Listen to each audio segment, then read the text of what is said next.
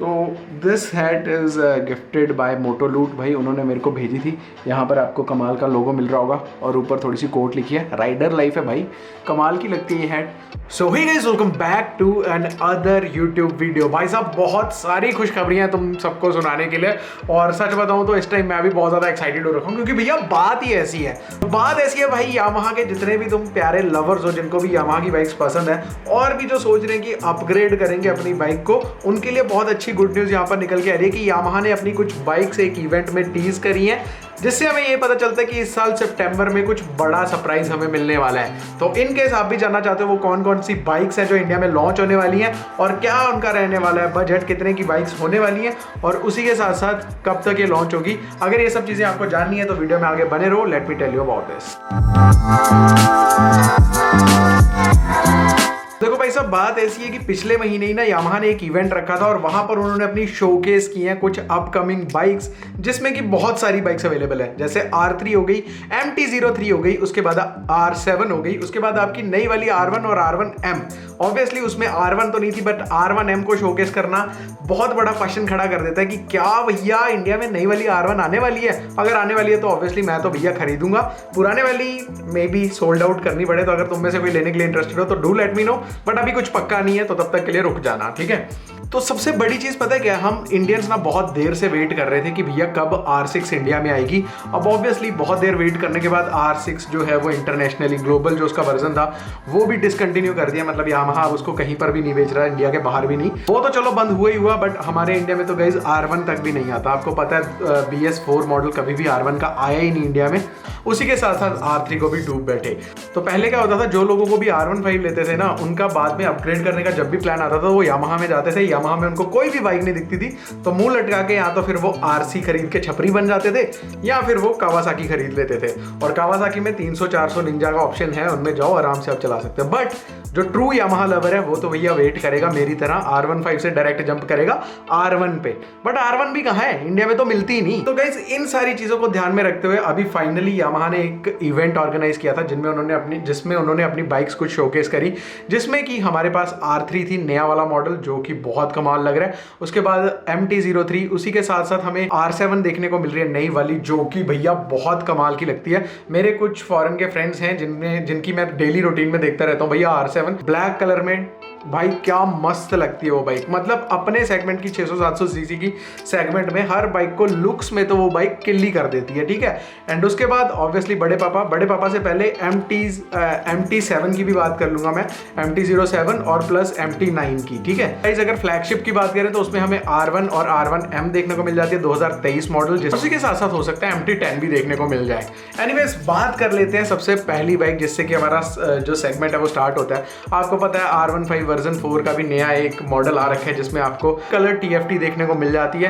काफी तगड़ी चीज है, बट ये यामाहा को काफी पहले करना चाहिए था, जो कि अब कर रहे हैं वो।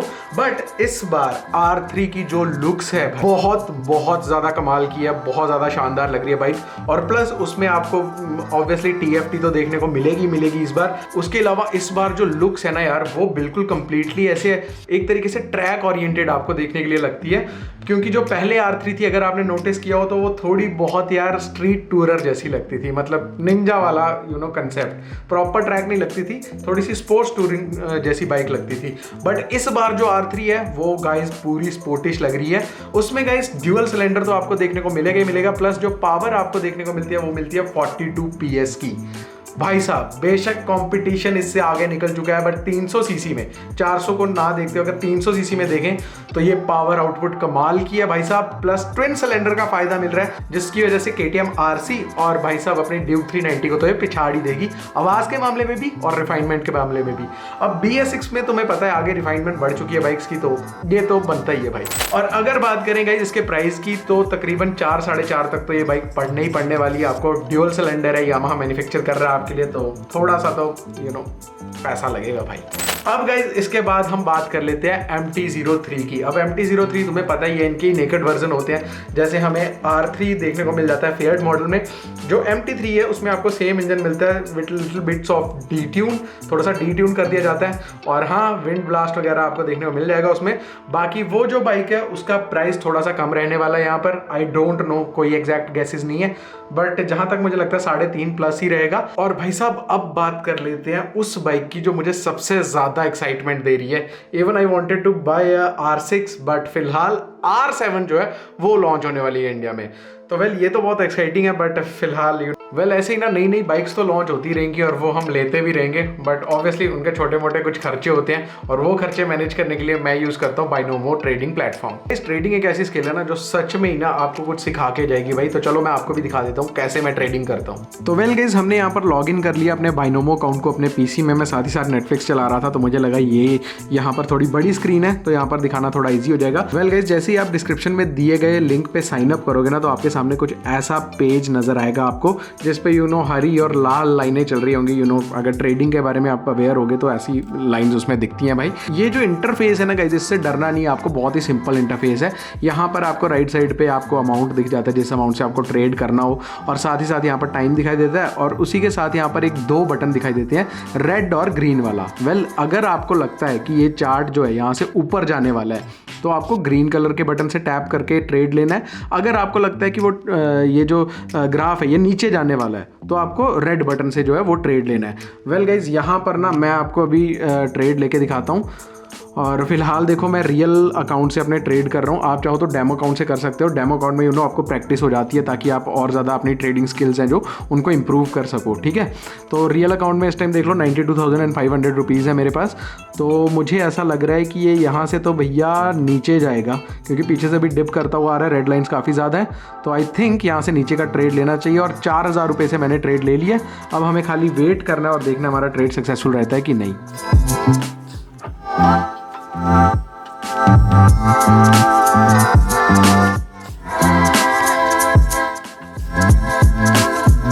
और बहुत सही रहा भाई ये वाला ट्रेड।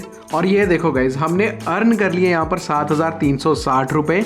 ये होता है भाई प्रैक्टिस करने का नतीजा। जब आप प्रॉपर प्रेप करके करोगे ना भाई ट्रेडिंग तो ऑब्वियसली उसमें आपको सक्सेस मिलेगा ही मिलेगा। और गाइज इसके अलावा मैं आपको बता देता हूँ, अगर आपको अपने इसमें पैसे डिपॉजिट करने हो तो यहाँ पर डिपॉजिट बटन पर आपको क्लिक करना है। यहाँ पर आपको अपनी कंट्री सेलेक्ट कर लेनी है एंड यहाँ पर देखो आपको सारे ऑप्शंस देखने को मिल जाते हैं जैसे UPI, PhonePe, Paytm, net banking, IMPS। आप चाहे तो जिससे मर्जी जाके आप इसमें पैसे ऐड कर सकते हैं। तो गाइस जल्दी से जाओ डिस्क्रिप्शन में और वहां से साइन अप कर लो बाइनोमो के लिए ताकि आप भी ट्रेडिंग सीख पाए। और गाइस अगर आप स्क्रीन पे दिए हुए प्रोमो कोड को यूज करोगे तो आपको मिलेगा बोनस आपकी डिपॉजिट्स पर। तो जल्दी से जाओ और साइन अप करो बाइनोमो पे। तो भाई मैं बात कर रहा था यामाहा R7 की। इस बार R7 में पहली बार ही लॉन्च हो रही है इंडिया में। उसमें आपको मिलने वाला है 72 bhp की पावर। कंपैरिजन में जो भी बाइक्स आती है उनके कंपैरिजन में ये बाइक उतनी ज्यादा पावरफुल नहीं है। पहले हमारे पास R6 आती थी, उसकी तो पावर बहुत ज्यादा ऊपर थी भाई क्योंकि वो इनलाइन 4 की मशीन थी। और इसके कंपैरिजन में अगर मैं कहूँ तो निंजा 650s वगैरह आती हैं, उन सब से तो भाई मुझे बेहतर लगी क्योंकि इसकी जो लुक है ना भाई वो बहुत ज़्यादा बढ़िया, प्रॉपर RDNA को सस्टेन करती है। R15M की तरह जो मिडल में आपको प्रोजेक्टर देखने को मिलता है वही आपको R7 में देखने को मिलता है, बट थोड़ा ऊपर के दर्जे का। जैसे हमारे पास R15 V3 हुआ करती थी, V4 हुआ करती थी और वो R1 को रिसेंबल करती थी थोड़ा बहुत, वैसे ही ये बाइक भैया आप कह सकते हो कि प्रॉपर पापा है अपने R15 का, ठीक है। अब गाइस उसके बाद अगर मैं बात करूं तो आगे हमें डबल डिस्क देखने को मिल जाती है, प्लस इसमें 17 लीटर का टैंक है और भी बहुत सारी सही चीज़ें हैं। डुअल सिलेंडर है ना, उसकी भी आवाज़ काफ़ी अच्छी है और आफ्टर मार्केट उसके एग्जॉस्ट भी हमें देखने को मिल जाते हैं फिलहाल ही इंटरनेशनल मार्केट में।